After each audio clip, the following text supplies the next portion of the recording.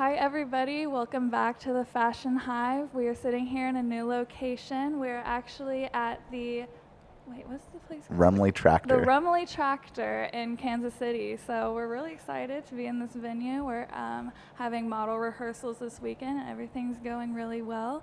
And we are here today with Teisha. She is our CEO of Kansas City Fashion Week. So go ahead and introduce your bit and tell everyone about you. Hi everyone, I'm Teisha Barber, and I've been the president of Kansas City Fashion Week for the past 12 years, but I recently acquired the company from our former CEO, Phil Willoughby, in May, and so this is my first season as the CEO of Kansas City Fashion Week, and we're really looking forward to having everybody. We've added a lot of events this season, and it's going to be an exciting season with all the designers that we have. Well, first of all, thank you for being on the show. It's something that Phil and yourself were definitely champions of the podcast when we came to you as a team. And so we're thankful for that, giving us an opportunity to do this. But, one of the things that you talked about is adding all sorts of different events. What we've seen already is a lot more buy-in from the fashion community here in Kansas City, which I think is great. But what would you say is, we've added several garden parties, or two now. And what would you say is your probably most fun event that you feel that you've added? I mean, there's yoga, all of these different events that you've added. I mean, what would you say so far has been your favorite? Well, I think my favorite one that we've added, and we actually started it last season, but it just keeps growing, is the designer gallery collections. And one of our designers, Gracie Key, but she's also on our committee, she kind of spearheaded that event, and I think that's probably my favorite one that we've added. But I do love that we've started KCFW Fashion Fit, where we're doing puppy yoga and different health and wellness classes as well throughout, and that'll be throughout the year. That won't just be just during the week of Fashion Week. So I'm excited we started both of those things. I'm really excited for the garden parties next weekend, and I'm so excited for the gallery too because I didn't get to go last time, so I'm really excited for this one. Well, and I think there's a component to it that, yes, everyone wants to see something come down the runway, but then when they're at these events, even if it's puppy yoga, I mean, they get to show up and, really be themselves, and we've talked about that the past couple of episodes of, be yourself unapologetically. But I think that, there's another level of component to buy in, and then really rallying around our community to say, listen, it doesn't just have to be, the runway show for you to interact with us as staff, for you to be involved with designers and models and all of these other opportunities. So I'm really excited, and I would say, you can feel the excitement both on social media. You can feel the excitement in the room when we have different events. It's great. And ultimately, I would say the biggest component, especially since coming on, is, the opportunity to network. It's one thing to, again, sit at the runway, but then even, last season we had the Bubbly and Bow Ties. Yeah. And that was a sellout event. We had so many different business, community stakeholders, I guess I should say, in the room. And that's awesome. So I'm excited to see with you as CEO now, where we go. And not that anything before was bad, because Phil was great, but, definitely excited to see the new leaf and the new chapters. So. Yeah, I'm excited as well. And, Kansas City Fashion Week has always been we've always wanted to be involved in the community. But I think with doing some of these things like the puppy yoga and different things, like having the pre-events, that just, we're donating money to different charities through these things, and we're with Fashion Arts Fund, we're getting more involved with giving scholarships to designers. So I think, and with me being CEO, I'm just trying really hard to get more involved in the community. So our audience, you guys will all be hearing this on Wednesday the 19th, or Wednesday the 20th, right? Yeah, the 20th. Okay, so Fashion Week has just started, so put our audience in the shoes of Fashion Week. What are they going to experience when they're coming this season? Oh gosh, well, staff-wise, we show up at 7 a.m. every day, so we're there from 7 a.m. to probably midnight. Come bring us coffee. Every day, yeah. If anybody wants to bring us coffee, there's a Parisi in Union Station. We'd be happy. But, that's 4 days of runway shows. So even before that, we have 4 or 5 days of events before that too. So we're running around. We're pretty tired. But there's just a feeling you get when you walk into Union Station and you're there for the runway shows, and it's just like, we love what we do. So it doesn't feel like work. It just feels like we're all a family, and we're there to be with each other and make the runway shows happen. So we have models that show up around 10:30 to start hair and makeup, depending on if you're getting a photo shoot with your designer done. And then we start rehearsals, and we have rehearsals running all day from like 12 to 5. And then doors open at 6. And then the show is about 2.5 hours long each night. And, then we get up the next day and start all over. We run it back. Run it back. So, I mean, to Shaley's point, or to Shaley's question, I think, one of the things that a lot of people don't understand is the opportunity, both as businesses and then as a consumer, prior to the show and showing up. Do you want to walk us through a little bit of what that's like, specifically Friday and Saturday nights when we have the most vendors? Yeah, if you are a small business owner who has a product or even just wants to promote your business, we do have vendor tables available throughout the entire week. But like Santos said, Friday and Saturday nights are usually a little busier just because that's the night. And then we also have a vendor market on Saturday, and that will be Saturday the 23rd. And that is free and open to the public.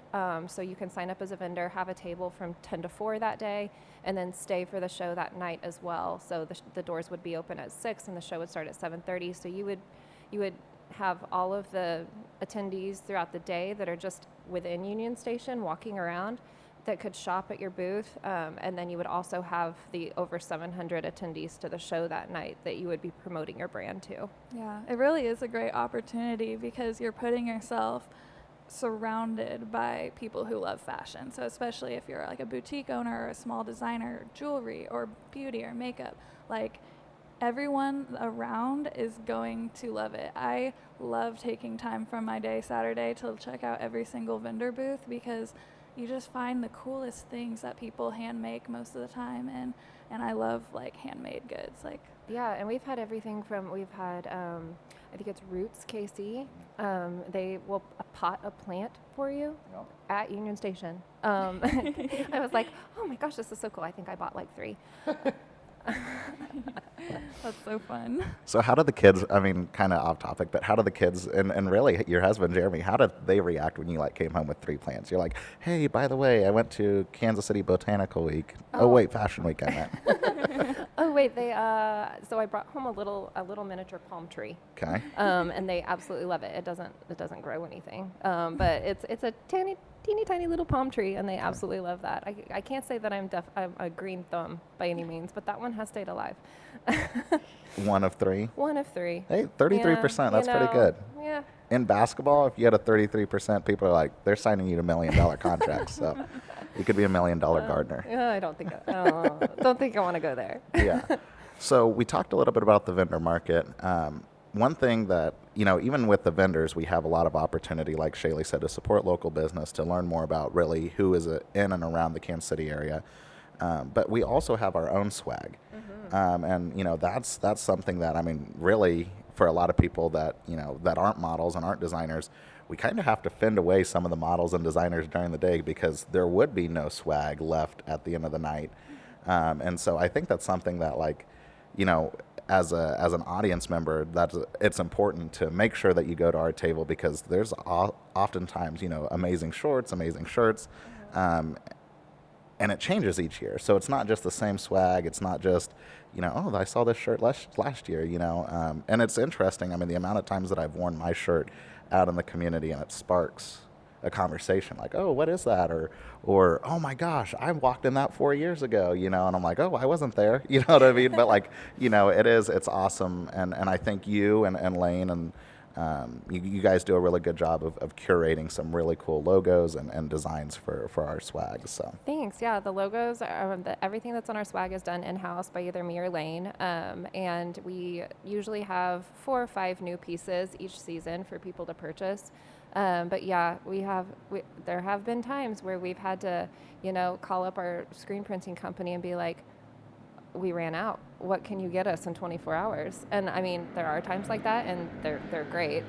Printing is fantastic, but yeah, it may not always be the same thing that you bought yesterday. So we may have something new the next day. Right. You never know. Yeah, and so we also talked a little bit about Fashion Fit.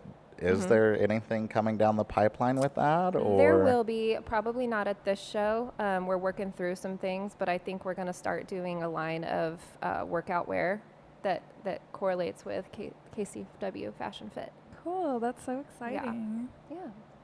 I had someone ask me about puppy yoga. They were like, do you ever see yourself doing goat yoga? So we're kind of in this fashion realm. I've done goat yoga. You've done it? I've done it. Would you do it? Can we get you to commit to doing goat yoga at some point, or we'll have to look at it? Yeah, actually, like where I live in Lee Summit, and there's a goat farm that does goat yoga out there. I know the lady that runs it, so that may be something that we can do later down the road. But it's fun. The goats are hilarious, and they're the fainting goats. So even if you like make any kind of little noise, they'll look at you and they'll just like fall over. Oh, that's so cute. It's cute, but it's also like kind of sad. You're like, oh no, and she's like, they're fine. They'll get up in just a second. I'd be like, I killed him. R.I.P. Play taps for the goat. No, little baby goats.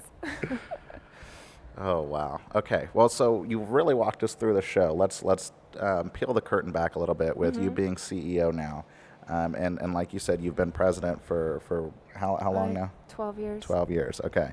So you were really around since pretty much almost the beginning of Fashion Week. Yeah, I got started with Phil. Phil and I had known each other from some previous modeling that I had done, and he had this idea, he had this vision of a Kansas City Fashion Week starting, and I had actually been planning charity fashion shows for a bit, and he just came to me and said, hey, would you be interested in starting this with me? And of course, I was like, absolutely, I would do that. So yeah, we started, our first show was in the spring of 2012, and we've been going ever since, 2 a year, except for the year that we had, unfortunately, we had COVID. We had to miss one season in the spring of 2020. But then we came back with 2 virtual seasons, and now we're back in full swing. This is something I've always been curious about, but never thought to really ask. How did you take from other fashion weeks around the country or around the world and use that as like inspiration of how you're going to build Kansas City Fashion Week from the beginning? Yeah, Phil thought I was crazy. Very first season, I was like, okay, if I'm going to do this, we're going to do 2 a year, just like New York, just like Paris, just like London, Milan. And he's like, no, we can't. What are you talking about? We need to just do 1. And I was like, I'm doing 2. So from the very beginning, I was adamant, we're going to do 2 a year. You know, I do a lot of research, and I've been to New York Fashion Week a couple of times and watched several of the shows there. And there, it's a little bit different because they don't always have the same venue for each show. So, and they have, like, each designer has their own show. So it's a little bit different than what we do here, where we have 7 or 8 designers all in one night in one venue. Excuse me. But you know, I just get inspiration from the other fashion weeks. Like Union Station is beautiful, and it mimics a lot of the venues that they use in Paris and in London. So I think a lot of our shows end up looking more European than some of the other fashion weeks out there. But, you know, as part of the CFDA Connects program, I've been able to collaborate a lot with the different fashion weeks across the United States. And we all come together with different ideas of what they're doing in their cities, and then like different things that we can bring here in Kansas City that we haven't done yet, and then different things that they can take that we've done that they haven't done yet either. Do any of the other ones have a podcast? I don't believe so. Look at no, that. I think we're the first Fashion Week podcast. So aside from the podcast, is there anything else that we're doing really well at?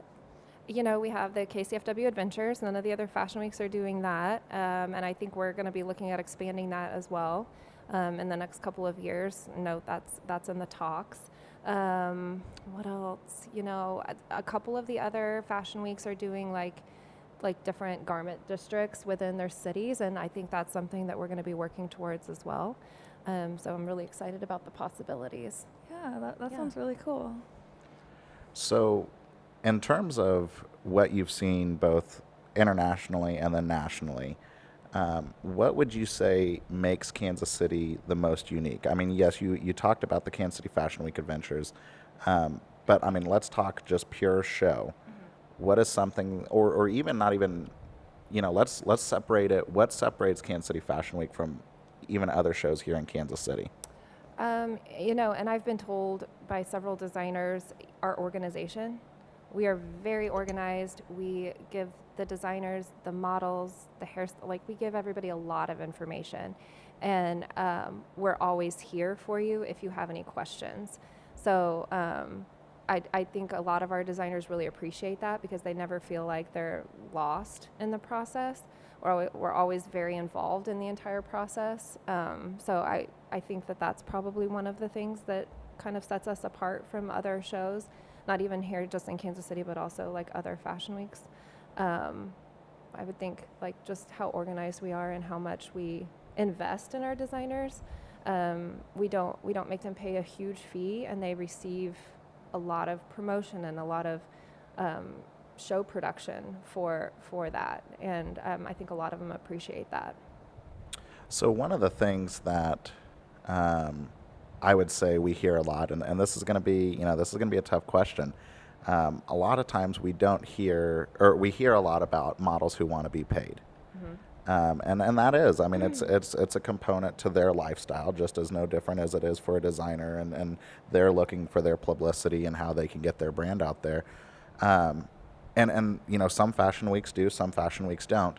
What would you say your thought process is on that? And not necessarily overall as Kansas City Fashion Week, but just your thoughts on it, because you have been a fashion industry leader for over a decade now.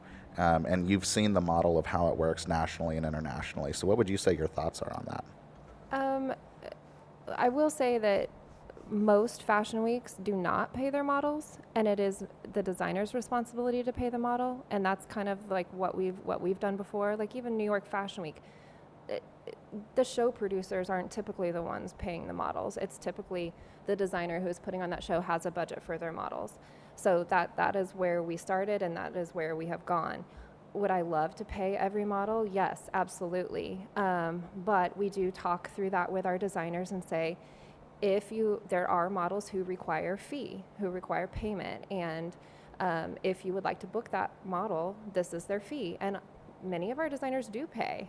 It just depends on if you're asking for payment. So I think that's a little bit that models, and we would love to have a workshop about that to like educate models, like you can ask for payment. You may not get booked as many times because there are designers who can't afford it because they're up and coming and they don't have a brand established yet. But I do think it's worth putting out there that don't sell yourself short. If you're a model and you are a trained model, absolutely you can ask for payment. Yeah.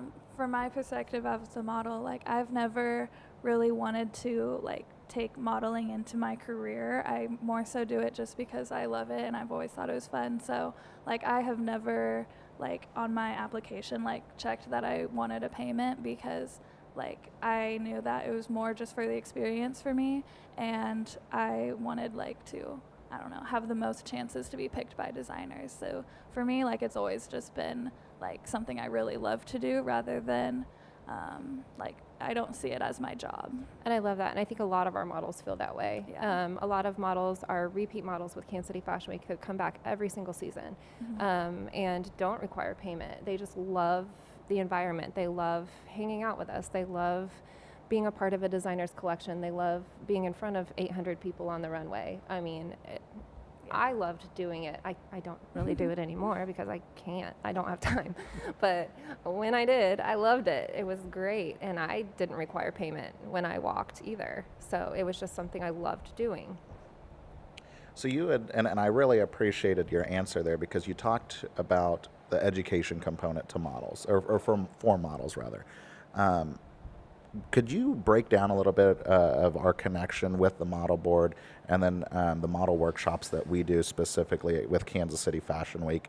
And then to follow that up, once you wrap that up, what, for those that are interested in modeling for future fashion weeks, what is the timeline for the next show?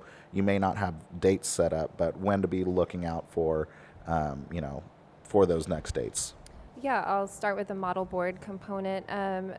Owner of the model board, Noelle Manica, she was our former model director, and she has taken some time off of being as involved with Kansas City Fashion Week to concentrate on the model board further and her family. And we miss her greatly, but she's doing great things in the community as well, and so we're so proud of her.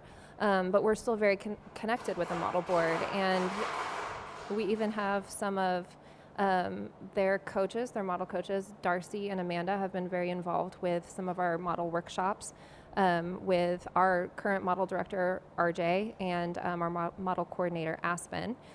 So between the four of them and even Noelle sometimes, we do utilize the model board still to help with training sessions for the models, and then different model workshops. And I'm always trying to, like, if models ask me, where can I go to learn how to model, I send them to Noelle.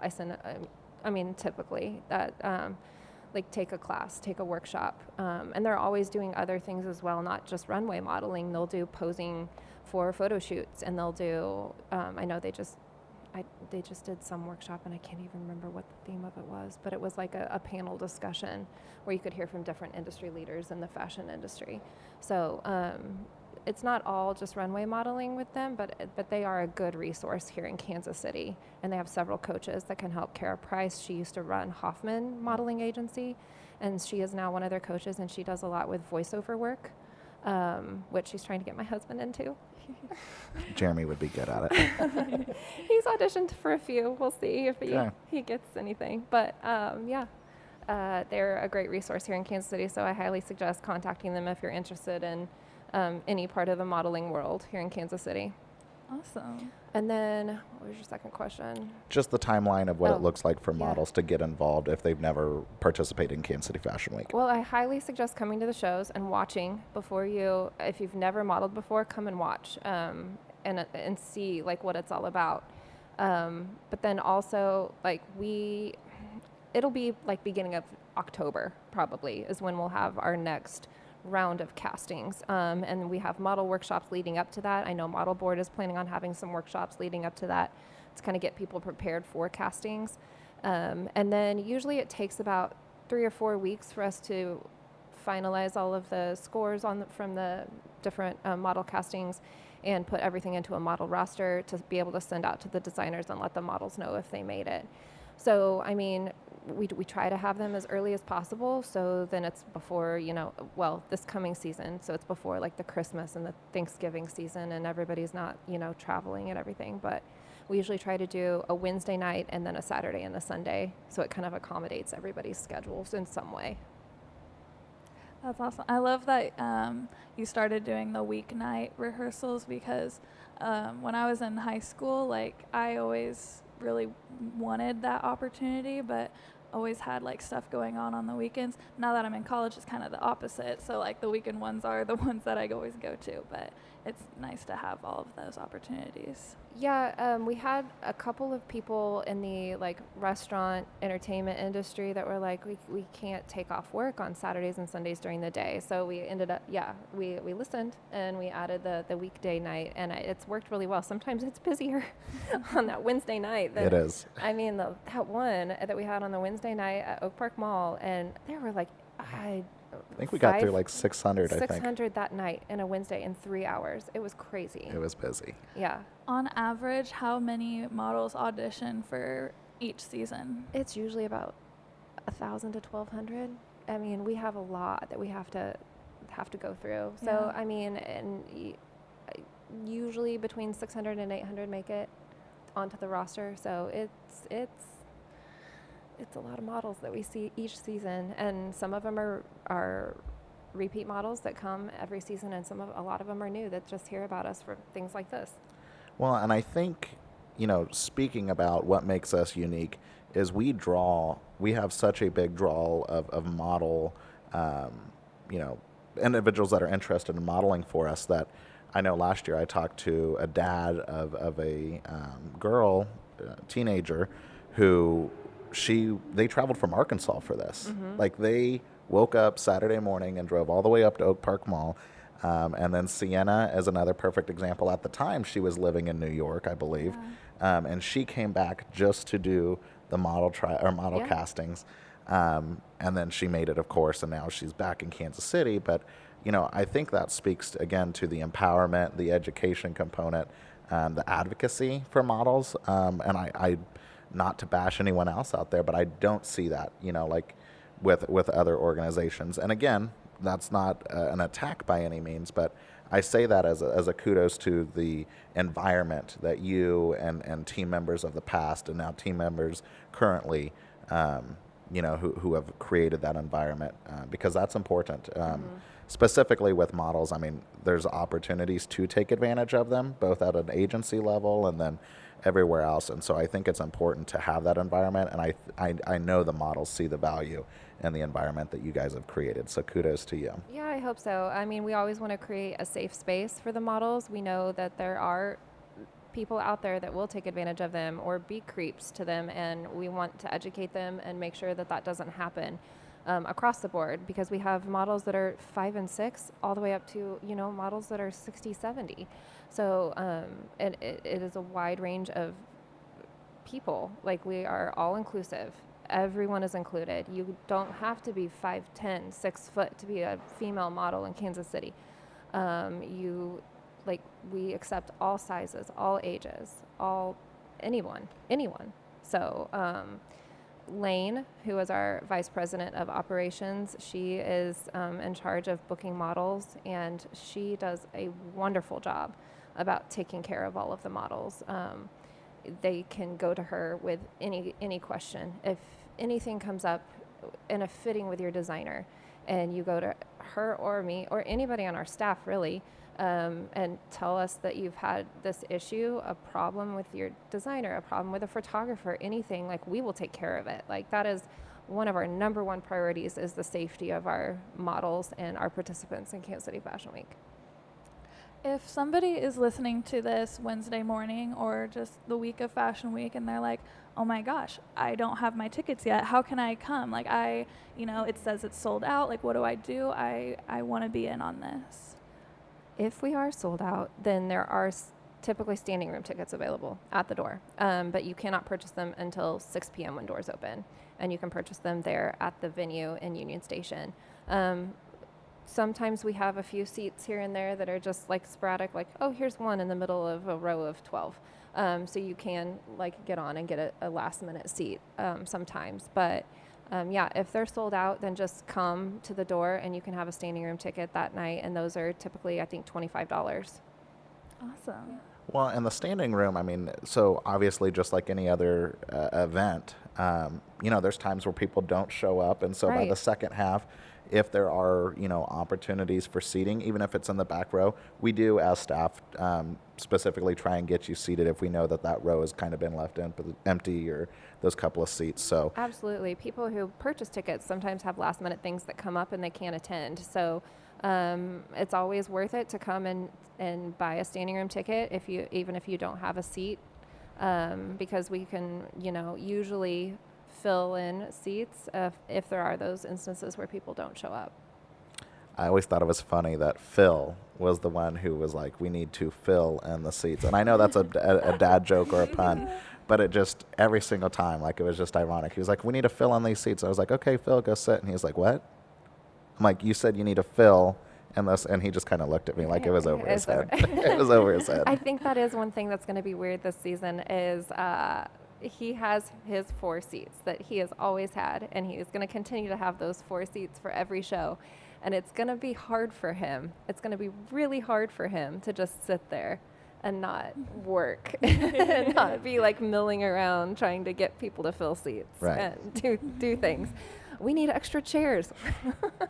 Yes. Well, and we've said this multiple times on the podcast, but it's like, as we wait for these racers to go by, I don't know how many times, there's been times where he will, tell me okay, you got to make sure that you shut down this row, don't let them up when the runway, or, when they're going down the runway, and all of these different things. And I'm like, okay, Phil, I get it. And then then you see him running along to the next person in the middle of the show, telling them don't let him go. But even then, how many times we're like, where's Phil? Where's Phil? Like, we could get shirts made of that, and everyone on staff would buy one. They would, and I think everybody knows that joke at this point, like, because I think it started on one of the cruises, and so it's kind of just grown and grown and grown. Like, where's Phil? Where's Phil? Like, so everybody knows. Even like some of the models backstage probably know about it. So if we had where's Phil shirts, like, people would think it was hilarious. I think. There's an idea. Okay, so you've talked about almost every component of what it's like during the week of. Now let's put it back in your shoes. Where are you during the show, and what is the importance of where you are during the show? So that's kind of changed a little bit throughout the years. I used to be backstage a lot, and now I am in the front of house for the majority of the time as guests are coming in. I'm mingling with people. I'm kind of making sure that everything's going smoothly, because at that time, backstage is set. Lane, Sarah, RJ, Aspen, they're all back there taking care of all the models, making sure all the designers are good, getting ready. So I'm up front, kind of just making sure seating's going well, the bar line's going well, like everything like that. And then once the show begins, I go and I sit in the photography pit with Eli, and I stay there for a majority of the show and kind of like help the models if there's anything that's happening, like on the runway, or if like stop right there. Like, there are marks on the runway, but if they're getting too close to the edge, like I'm there to be like that extra help just in case. Well, and they're downstairs right now, literally. Obviously, by the time this shows, but like where we are right now, we're at rack checks and rehearsals. So the designers are making sure that the pieces fit. Shaley just participated in hers a little under an hour ago, and so, you know, it speaks volumes, again, to, you know, not to go back to this, but like you said, the component of keeping everyone informed, making sure everyone's on the same page, and it gives an opportunity for the designers and the models to get face-to-face time as well. But I would say this is what they see on the runway is because of the practice that is going on right now beneath us. Absolutely, absolutely. We hold model workshops throughout the season after model castings that are optional, but then this weekend is required. So it is a time for the models to meet the designers if they haven't done that yet. But then also we have the music for the designer that they're going to have during the show, so the models are able to hear it ahead of time. They're able to walk, and we're able to get spacing. We're able to get choreography all figured out for the designers before the day of the show. And they will rehearse on the day of the show on the actual runway, but then because of this weekend, then they have all of that already figured out, and it's less time that they have to spend working on those little minute details on the day of the show. This is the practice of, like, if there was sport, you know, if this is the equivalent to sports, this is the practice, and then the day of, it's the walkthrough. Yeah. You know, like, everyone, we know what we're doing, but we just got to, like you said, focus on the small details. So, Shaley, I know you had a couple of questions in regards to life as a CEO. You know, what some of the struggles are, some of the icks. So do you have specifically any kind of... Right. We talked about this beforehand. Do you have any icks when it comes to, like, Fashion Week or, like, the event, like pet peeves maybe? Like what really irks you? Some of the posing at the end of the runway. When you go down to the end of the runway and you check your fake watch that you don't wear, don't do that. That has always been one of my biggest pet peeves, and it's gotten a lot better because of the training we've been doing, but there are still a few that sneak their way in, and I'm like, oh, don't do that. Also, don't do a lot with your hands, like at the end of the runway. Don't, like, mess with your hair. Just don't do it. Simple is better. Yes. Simple poses at the end of the runway are the best. Right. Save all the fancy stuff for, like, your photo shoot beforehand, before the show. Magazine, all of that is great for editorial. Runway, just look, you know, classy. Yeah. So something that I didn't know was, like, the whole 3 seconds. Like, that's like the perfect time, if I understand correctly. And so it's funny, you know, there's times where RJ during rack checks and rehearsals is literally like 1 Mississippi, 2 Mississippi. But, you know, and then to your point of where you are during the show, there's been times where I've seen you, like, stop or go. Yes, yeah. And so it's kind of fun to watch you because I stand right off to the side. And so, not telling people to take your eyes off of the show, but if you ever do have a chance to look over, we'll edit that out maybe. No, it's okay. You can say it. But, I think it's just, and there's been times where you've been, designers have proposed ideas to you of, hey, this is what we're going to do. So walk us through that of like when a designer makes a request, and not to name anyone, but there's definitely some designers that love making it a lot more of a show. Production. Yeah, definitely. There are. And some things we can accommodate and some things we can't. Some things we're allowed to do in Union Station and some things we're not. So I have been asked for several things throughout the years: fog machines, releasing birds and Union. No, I cannot release birds in Union Station. I'm so sorry. We can't have glitter there are just certain things that we can't do that I have to say no to. And we try to be as accommodating as possible. We know that this is their show, but there are also different restrictions that we're working with production.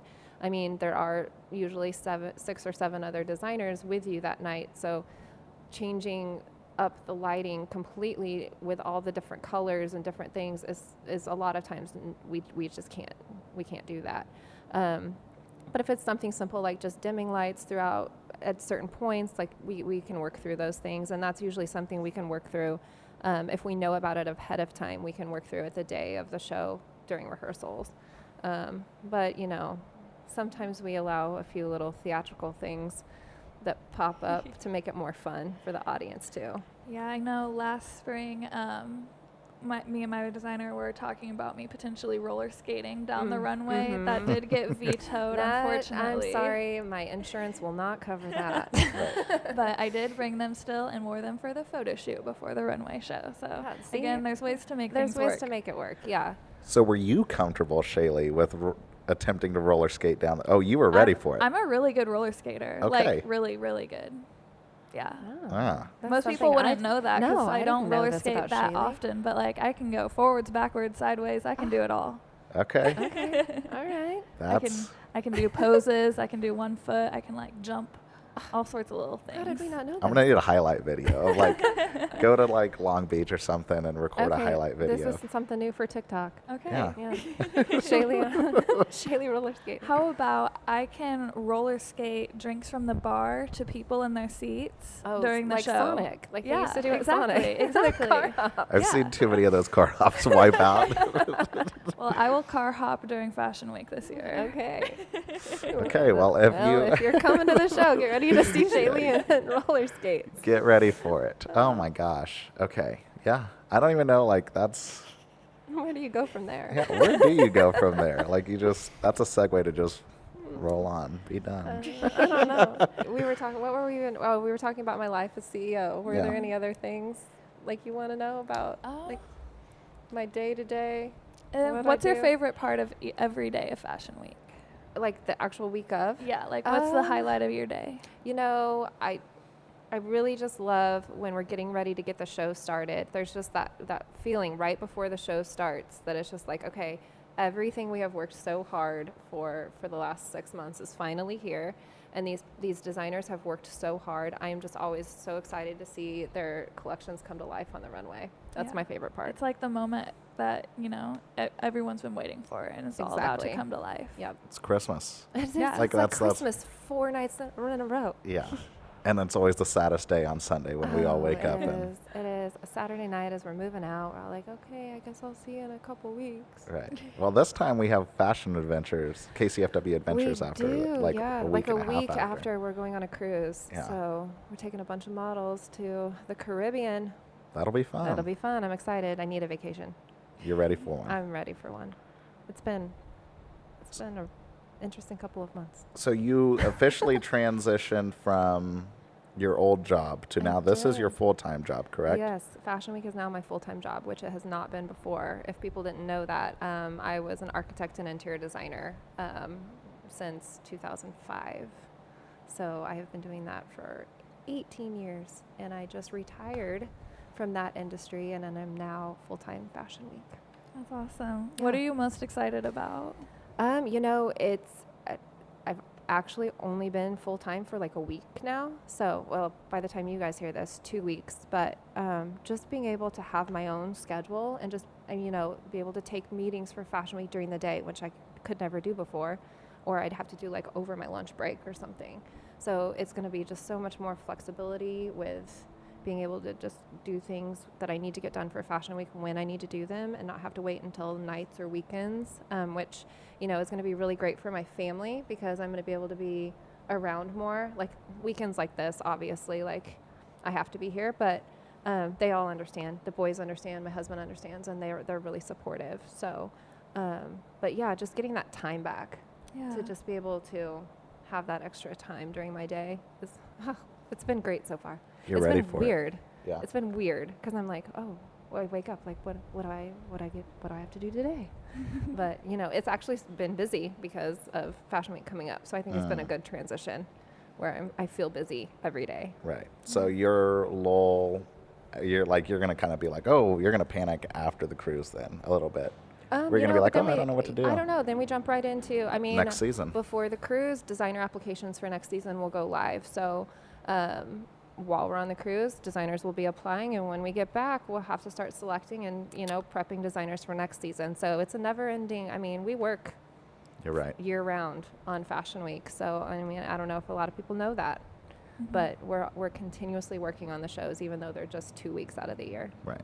Yeah, I think we've tried explaining that, but until you really live it, you don't get it. And again, I've always said this, there's people on staff that are way more involved and way more bought in, and just their time commitment is next level. Lane is another example. Bailey, there's just individuals, yourself, but we've already covered that.